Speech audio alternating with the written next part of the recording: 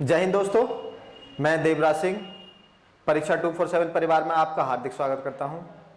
जैसा कि मैंने आपसे प्रॉमिस किया था कि 8 तारीख को 1 बजे से मैं आपका टेस्ट लूँगा। टेस्ट मतलब जो अब तक मैंने पढ़ाया है वो सारा यही सारे उसी में से सारे क्वेश्चंस हैं, और ये देखना कि आप कितने क्वेश्चन कर पाओगे, ठीक है ना। और लास्ट में एक काम करना, कमेंट करना, ये बताना कि क्वेश्चंस कैसे थे और अपना स्कोर जरूर बता देना, ठीक है ना। तो हम शुरू करते हैं टेस्ट, जो अब तक हमने पढ़ाया है उसमें से सारा टेस्ट, ठीक है। आइए शुरू करते हैं। जैसे देखते हैं, पहला क्वेश्चन है हमारा, है ना। पहला क्वेश्चन है हमारा, संसार की सबसे छोटी कोशिका कौन सी है ना। संसार की सबसे छोटी कोशिका पूछ रहा है इसमें। तो संसार की सबसे छोटी कोशिका कौन सी है, तो मैंने बता रखा है संसार की सबसे बड़ी, सबसे छोटी और मानव शरीर की सबसे बड़ी, सबसे छोटी, ठीक है ना। चारों कोशिका मैंने बता रखी हैं। तो संसार की सबसे छोटी कोशिका कौन सी है, माइकोप्लाज्मा, ठीक है ना। संसार की सबसे छोटी कोशिका है माइकोप्लाज्मा। अगर मैं कहूं संसार की सबसे बड़ी कोशिका कौन सी है, तो संसार की सबसे बड़ी कोशिका है, ये सबसे बड़ी हो गई कौन सी, शुतुरमुर्ग का अंडा, ठीक है ना। ये शुतुरमुर्ग का अंडा सबसे बड़ी है और सबसे छोटी ये है। अगर वहीं मैं स्पर्म की बात करूं तो ये मानव शरीर की सबसे छोटी कोशिका है, ठीक है ना। मानव शरीर की सबसे छोटी कोशिका। तो आंसर इसका क्या हो गया, ये वाला, ठीक है ना। अब दूसरा सवाल यहां से ये है कि आरएनए का प्राथमिक कार्य क्या है, ठीक है ना। जब मैं पढ़ा रहा था सेल तो वहां पर बताया था ये, और मैंने बताया भी था कि आरएनए का प्राथमिक कार्य क्या है, ठीक है ना। तो आरएनए का प्राथमिक कार्य ग्लूकोज निर्माण करना, प्रोटीन का कार्य और वसा का निर्माण करना, या इनमें से कोई नहीं। चारों ऑप्शन से मैंने बताया था, ठीक है। मैंने बताया था प्रोटीन का निर्माण करना, ठीक है ना। आरएनए में जब बताया था, आरएनए जब मैंने बताया था कि माइटोकॉन्ड्रिया, ठीक है ना, या प्रोटीन की फैक्ट्री क्या है, मैं लिख देता हूं, प्रोटीन की फैक्ट्री। प्रोटीन की फैक्ट्री किसे कहते हैं हम, राइबोसोम को। प्रोटीन की फैक्ट्री क्या है, राइबोसोम हो गया, ठीक है ना। इस राइबोसोम में प्रोटीन का निर्माण होता है, और प्रोटीन निर्माण के लिए की सबसे आवश्यक तत्व क्या है, आरएनए, ठीक है ना। तो इसका मतलब प्रोटीन के लिए आरएनए सबसे इंपॉर्टेंट है। तो यही पूछ रहा है आरएनए का प्राथमिक कार्य क्या है, प्रोटीन का निर्माण करना, ठीक है ना। यहीं से अगला क्वेश्चन है, थर्ड वाला हमारा, मानव रक्त का पीएच अनुमानित मान कितना होता है ना। पीएच का अनुमानित मान कितना होता है मानव रक्त का। अब यहां पर क्वेश्चन आया था तो इसका क्वेश्चन क्या हो जाएगा, बी। मानव रक्त का अनुमानित पीएच मान कितना होता है, बी। अब थोड़ा पीएच मान पर चर्चा कर लेते हैं।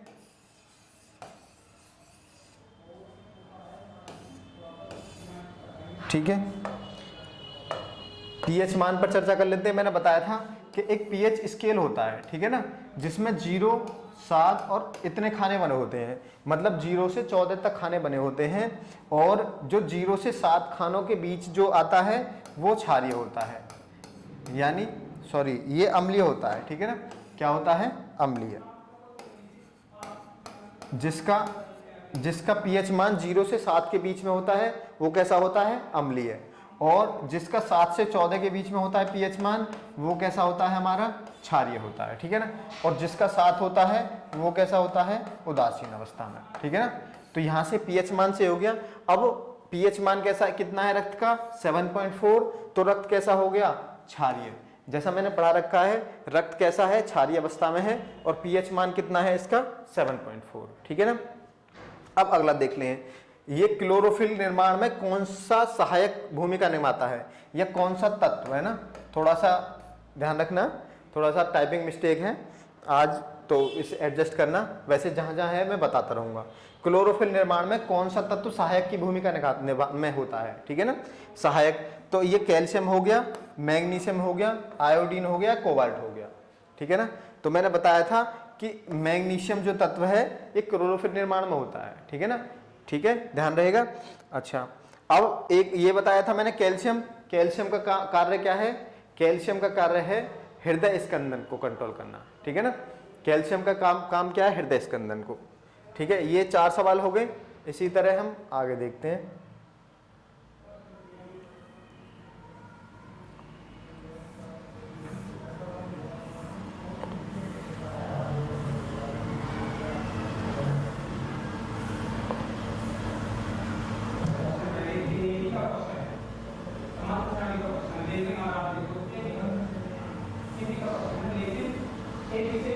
ठीक है ना, ये इसका था, हो गया था हमारा मैग्नीशियम, इसका ये हो गया था। अब अगला सवाल है किस अम्ल की सहायता से आमाशय में पाचन की क्रिया संपादित होती है। ठीक है ना, तो किस आमाशय में, देखो यहाँ पर भी थोड़ी मिस्टेक है, इसे लिख लेते हैं HNO3। ठीक है ना, ये पहला ऑप्शन HNO3, HCl हो गया, ये दोनों हो गए या इनमें से कोई नहीं। ठीक है ना, तो इसमें आमाशय में यानी स्टोमक में यानी पेट में जो सहायक, जो पाचन की क्रिया को संपादित करता है, उसमें सहायक अंग कौन सा हो गया, तो ये हो गया HCl। ठीक है ना, मैंने बताया था आपको HCl प्लस HNO3। ठीक है ना, ये क्या होता है, दोनों मिलकर अम्लराज बनाते हैं। क्या बनाते हैं, अम्लराज। ठीक है ना, ये दोनों मिलकर क्या बनाते हैं, अम्लराज। और इनका कई बार रेशो पूछ लेता है, तो इनका रेशो कितना है, 3:1 में इनका रेशो होता है। ठीक है ना, अब अगला देखते हैं 6। इंसुलिन का स्तर डैश जाने से रक्त में ग्लूकोज का स्तर डैश जाता है, जिससे मधुमेह रोग होता है। ठीक है ना, अब ये पूछ रहा है इंसुलिन का स्तर बढ़ जाएगा या कम हो जाने से ग्लूकोज का स्तर बढ़ेगा या कम होगा, जिसके कारण हमें मधुमेह रोग होता है। ठीक है ना, तो जब देखना, जब इंसुलिन का स्तर कम हो जाता है, ठीक है ना, जब कम हो जाता है तो कम वाले ऑप्शन देख लो, ये है और ये है। जब इंसुलिन का स्तर कम हो जाता है तो रक्त में ग्लूकोज का स्तर बढ़ जाता है। ठीक है ना, तो फिर यहाँ कम है, यहाँ कम है, तो क्या होगा, इसमें कम भर देंगे हम और इसमें बढ़ना। ठीक है ना, अब सेंटेंस हमारा पूरा हो गया। क्या है, इंसुलिन का स्तर कम हो जाने से रक्त में ग्लूकोज स्तर बढ़ जाता है, और जिसे ही क्या कहते हैं हम, जिसे ही क्या कहते हैं, मधुमेह।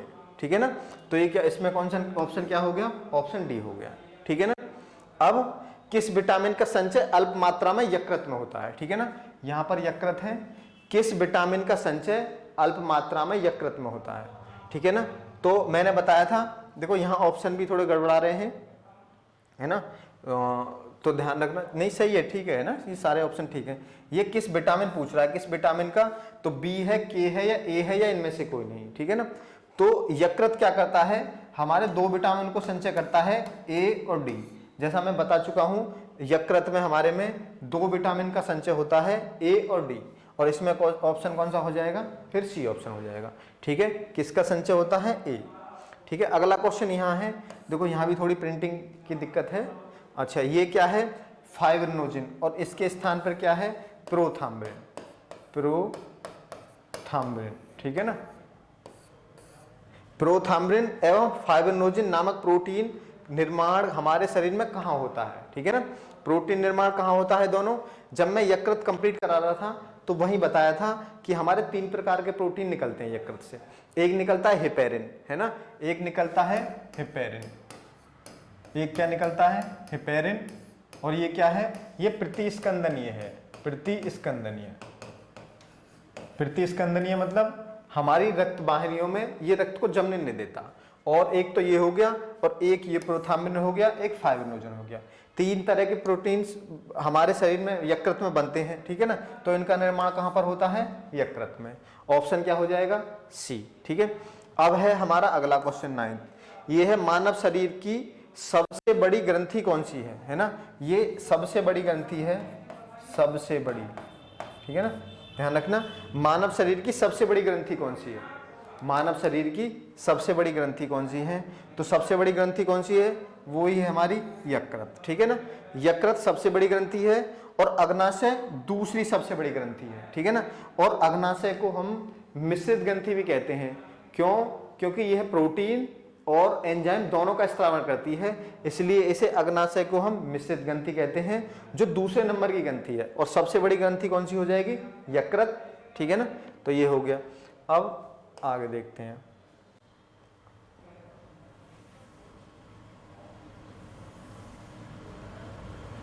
ये आप चीजें देखिए, 2 चीजें ऐसा नहीं आप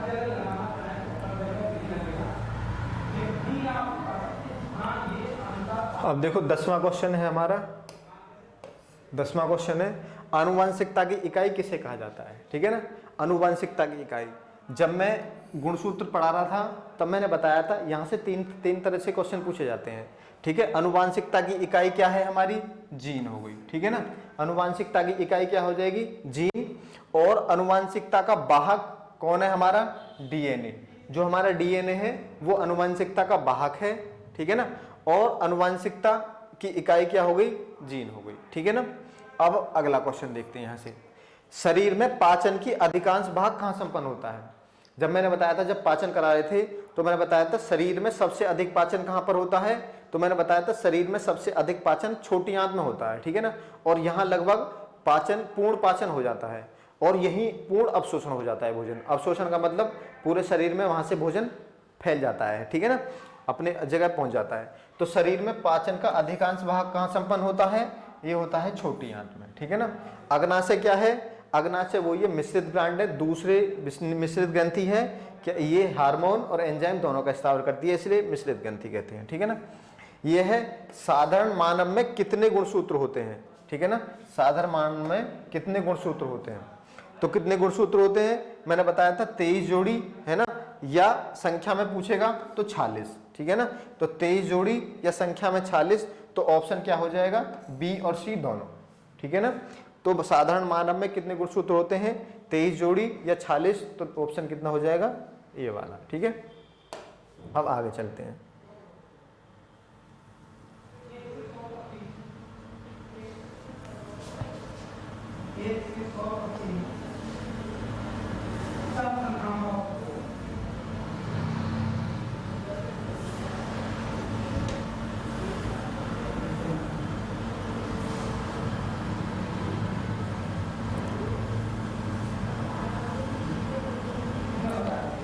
ठीक, तो ये कौन सा हो गया क्वेश्चन, ये हो गया अधिकांश पाचन कहां पर होता है, छोटी आंत में, और साधारण मानव में गुणसूत्र की संख्या 23 जोड़ी या 46, दोनों हो गए बी और सी, ठीक है ना। डी, अगला सवाल है, बहुत इंपॉर्टेंट सवाल है, डीएनए की द्विकुंडलित संरचना के बारे में सबसे पहले किसने बताया, यानी डीएनए की द्विकुंडलित संरचना की खोज किसने की, सीधा सीधा ये क्वेश्चन पूछना चाह रहा है। तो विलियम हार्वे, वाटसन क्रिक, दोनों या इनमें से कोई नहीं, तो इसकी खोज की थी वाटसन एंड क्रिक ने, ठीक है ना। जैसे मैंने बताया था कि ये हमारा केंद्रक है, इसमें इस तरह धागेनुमा संरचना है, ठीक है ना, जिसे हम धागेनुमा संरचना है, यहां से क्या है, जब इसे क्रोमेटिन धागा बोलते हैं, इसे क्या बोलते हैं, क्रोमेटिन धागा, इसे क्या बोलते हैं हम, क्रोमेटिन धागा। जब हमारे केंद्रक का विघटन होता है तो क्या है, ये जो केंद्रक का विघटन ये टूटकर किस में बन जाता है, ये इस तरह द्विकुंडलित संरचनाओं में विभाजित हो जाता है, ठीक है ना। तो इसे ही क्या कहते हैं, डीएनए की द्विकुंडलित संरचना। तो इसकी खोज किसने की थी, मैंने बताया था वाटसन एंड क्रिक, ठीक है ना। अगला क्वेश्चन है हमारा, पित्तरस का प्रमुख कार्य क्या है, बहुत इंपॉर्टेंट क्वेश्चन है, पित्तरस का प्रमुख कार्य क्या है। तो भोजन का पाचन करना, वसा को जल में घुलनशील बनाना, दोनों या इनमें से कोई नहीं, ठीक है ना।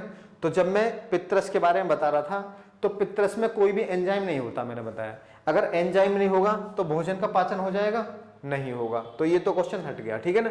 अब ये है वसा को जल में घुलनशील बनाना, अब ये गया दोनों और बी, ये दोनों जब ये खत्म हो गया तो ये दोनों वैसे ही नहीं होंगे, तो क्या होगा, वसा को जल में घुलनशील बनाना किसका काम है, हमारा पित्तरस का कार्य क्या है, वसा को जल में घुलनशील बनाना, ठीक है ना। मनुष्य के जीवन काल में कितने दांत 2 बार आते हैं, अगला क्वेश्चन है, मनुष्य के जीवन काल में कितने दांत 2 बार आते हैं, ठीक है। तो मैंने बताया था कि हमारे 20 तो अस्थायी दांत होते हैं, 12 स्थायी दांत होते हैं। अस्थायी मतलब वो 2 बार आते हैं, तो मनुष्य पूरे जीवन काल में जो 2 बार दांत कितनी बार आते हैं, ये 20 दांत 2 बार आते हैं, ठीक है ना। और मैंने बताया था बच्चों में कितने आते हैं, बड़ों में कितने आते हैं, सारा यहीं से बताया था। अगर मैं मनुष्य में दांतों की संख्या पूछूं तो ये हो जाएगा हमारा 32, ठीक है ना। लेकिन सवाल कह रहा है कितने दांत 2 बार आते हैं, तो कितने दांत 2 बार आते हैं, 20 दांत 2 बार आते हैं, ठीक है ना। अब अगला क्वेश्चन है हमारा, आरबीसी में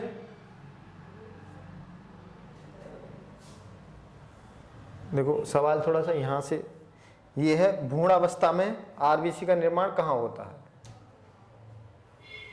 ठीक है ना। यहां से देख लो, यहां से दोनों को देख लो, ये है सवाल, भ्रूणावस्था में आरबीसी का निर्माण कहां होता है, ये बहुत इंपॉर्टेंट क्वेश्चन है। भ्रूणावस्था में आरबीसी का निर्माण कहां पर होता है, अस्थि मज्जा में, यकृत में, प्लीहा में, यह है प्लीहा में, या इनमें से कोई नहीं। तो जब मैं बता रहा था भ्रूणावस्था में 3 जगह निर्माण होता है रक्त का, है ना, कहां पर रक्त निर्माण होता है, एक तो होता है हमारा मीसोडर्म, मीसोडर्म में, ठीक है ना, इसे हम यॉर्क सेल बोलते हैं, यॉर्क सेल में, ठीक है ना। दूसरा होता है हमारा यकृत में, ये मैंने पढ़ाया है ना, यकृत हो गया लीवर में, दूसरा होता है लीवर में, और तीसरा होता है हमारा प्लीहा में, ठीक है ना, प्लीहा में, ठीक है ना। तो क्या हो गया, अस्थि मज्जा, यकृत, प्लीहा। लेकिन ध्यान रखना जब भी ये क्वेश्चन आया है तो ऑप्शन केवल यकृत को ही माना है, हालांकि प्लीहा भी दे रखा है, लेकिन ऑप्शन आप यकृत टिक करेंगे, इस बात को ध्यान रखना। रक्त का निर्माण भ्रूणावस्था में कहां पर होता है, यकृत में, ठीक है ना। अब अगला क्वेश्चन है हमारा,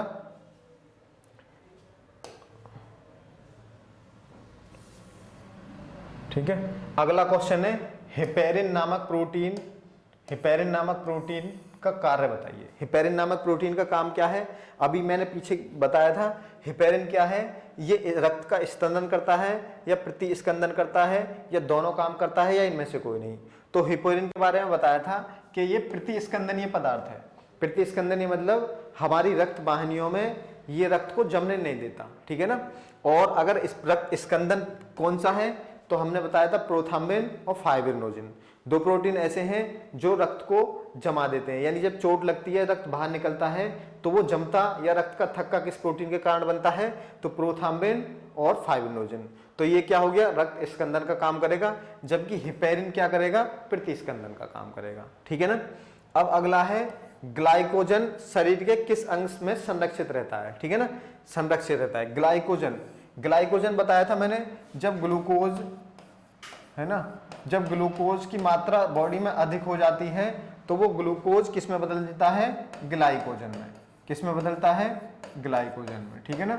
अधिक मात्रा ग्लूकोज की, अधिक मात्रा जितने हमारे शरीर को आवश्यकता है वो लेने के बाद जितनी ग्लूकोज की मात्रा बच जाती है वो कहाँ जाती है, ग्लाइकोजन में। लेकिन ये संरक्षित कहाँ रहता है, यानी इकट्ठा कहाँ रहता है, ठीक है ना। तो ये भी ये कहाँ रहता है, यकृत में, ठीक है ना। आमाशय, यकृत, प्लीहा इनमें से कोई नहीं, तो कहाँ संचित रहता है, यकृत में, ठीक है ना। अब अगला है मानव शरीर की क्रम से सबसे बड़ी और सबसे छोटी ग्रंथि पूछ रहा है ना। मानव शरीर की सबसे बड़ी और सबसे छोटी, देखो यहां भी थोड़ी टाइपिंग मिस्टेक हो गई है, यकृत, थायराइड, थायराइड, और ये है यकृत, और यकृत देखो यहां पर दूसरे लिख ले, तो ये थायराइड हो गया, और ये एड्रिनल लिख लेता हूं मैं, एड्रिनल है ना, एड्रिनल, और ये इसके साथ लिख लेता हूं पीयूष ग्रंथि, ठीक है ना, इसके साथ पीयूष ग्रंथि, ठीक है ना। तो ये क्या हो गया, पहला हो गया यकृत, थायराइड, थायराइड, एड्रिनल, है ना, और यकृत या पीयूष ग्रंथि। तो सबसे बड़ी कौन सी है, सबसे बड़ी तो यकृत हो गई और सबसे छोटी पीयूष ग्रंथि हो गई। तो ऑप्शन क्या हो जाएगा हमारा, सी ऑप्शन हो जाएगा, ठीक है ना। अब अगला सवाल है, गन्ने में पाए जाने वाली शर्करा कौन सी है। गन्ने में पाए जाने वाली शर्करा कौन सी है, मैंने बताया था माल्टोज, सुक्रोज, लैक्टोज या इनमें से कोई नहीं, ठीक है ना। तो माल्टोज क्या है, माल्टोज के बारे में बताया था, मैं लिख देता हूं माल्टोज, ये क्या है, ये अनाज की शर्करा है, शर्करा है ना, किसकी, अनाज की। माल्टोज क्या है, अनाज की शर्करा है, ठीक है ना। और लैक्टोज, लैक्टोज किसकी शर्करा है, ये दूध में पाई जाती है। लैक्टोज क्या है, दूध की शर्करा है, ठीक है ना। तो ऑप्शन क्या बचा, सुक्रेज, ठीक है ना। सुक्रेज क्या है, गन्ने में पाई जाने वाली शर्करा है, ठीक है ना। तो ये हो गया। अब आगे चलते हैं, ठीक है ना।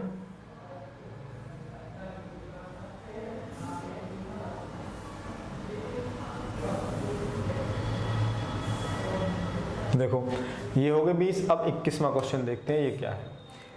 ल्यूकोसाइट कोशिकाओं का जन्म कहाँ होता है, ठीक है ना। ल्यूकोसाइट मतलब WBC की बात कर रहा है, ठीक है ना। WBC का जन्म कहाँ होता है, लाल अस्थि मज्जा में। ये खेत नहीं है, ये पीत अस्थि मज्जा है, ठीक है ना। लाल अस्थि मज्जा में, पीत अस्थि मज्जा में, दोनों में या इनमें से कोई नहीं। तो लाल अस्थि मज्जा में तो RBC का जन्म होगा, ठीक है ना। तो ये पीत अस्थि मज्जा में WBC का जन्म होगा। तो ल्यूकोसाइट को WBC बोलते हैं। उस कोशिकाओं का जन्म कहाँ पर होता है, पीत अस्थि मज्जा में, ठीक। अब लास्ट, अंतिम और लास्ट क्वेश्चन है हमारा, इमल्सीकरण या पायसीकरण, है ना, इसे लिखते हैं हम पायसीकरण, पायसीकरण, ठीक है ना। इमल्सीकरण या पायसीकरण क्या है? पहला है जल को वसा में घुलनशील बनाता है, या दूसरा है वसा को जल में घुलनशील बनाता है, या दोनों, या इनमें से कोई नहीं, ठीक है ना। तो इनमें से देखो पायसीकरण, पहले पायसीकरण देखते हैं हम क्या है। जैसे वसा को, इसका ऑप्शन हो गया वसा को जल में घुलनशील बनाना, ठीक है ना। क्या है कि वसा पित्तरस में जाके, जब पित्तरस में वसा इकट्ठी होती है तो क्या करता है पित्तरस, पाचन तो कर नहीं सकता क्योंकि उसके पास एंजाइम नहीं है, तो क्या करता है ये वसा को जल में घुलनशील बना देता है पित्तरस, ठीक है ना। तो इसी क्रिया को हम क्या कहते हैं, इसी क्रिया को हम इमल्सीकरण कहते हैं, इमल्सीकरण या पायसीकरण कहते हैं, ठीक है ना। तो ये यहाँ से 22 क्वेश्चन है आज के, और जो अब तक मैंने पढ़ाया था सारे क्वेश्चंस करा दिए लगभग, और एक टेस्ट और लूंगा मैं, तब वहाँ से पूरा सेक्शन क्लियर हो जाएगा। और आज थोड़ी दिक्कत थी, टाइपिंग में थोड़ा मिस्टेक थी, तो इसी को एडजस्ट कर लेना, और मैंने जो दिक्कत थी वो क्लियर कर दी है। आगे से हम कोशिश करेंगे कि और अच्छी तरह पूरा अपना पूरा सिस्टम करके, यानी टाइपिंग वगैरह पूरे से क्लियर करके तब टेस्ट लें। और आज इसी यहीं रखते हैं हम क्लास को अपनी को, और चैनल को सब्सक्राइब कीजिए। और लास्ट में 2 चीज़ें बतानी है आपको कि क्वेश्चंस कैसे थे, और जो मैंने पीछे कराया है क्या वहीं से थे या बाहर से थे, और दूसरा लास्ट में ये कमेंट करना कि आपने कितने क्वेश्चन अटेम्प्ट किए, ठीक है। जय हिंद, धन्यवाद।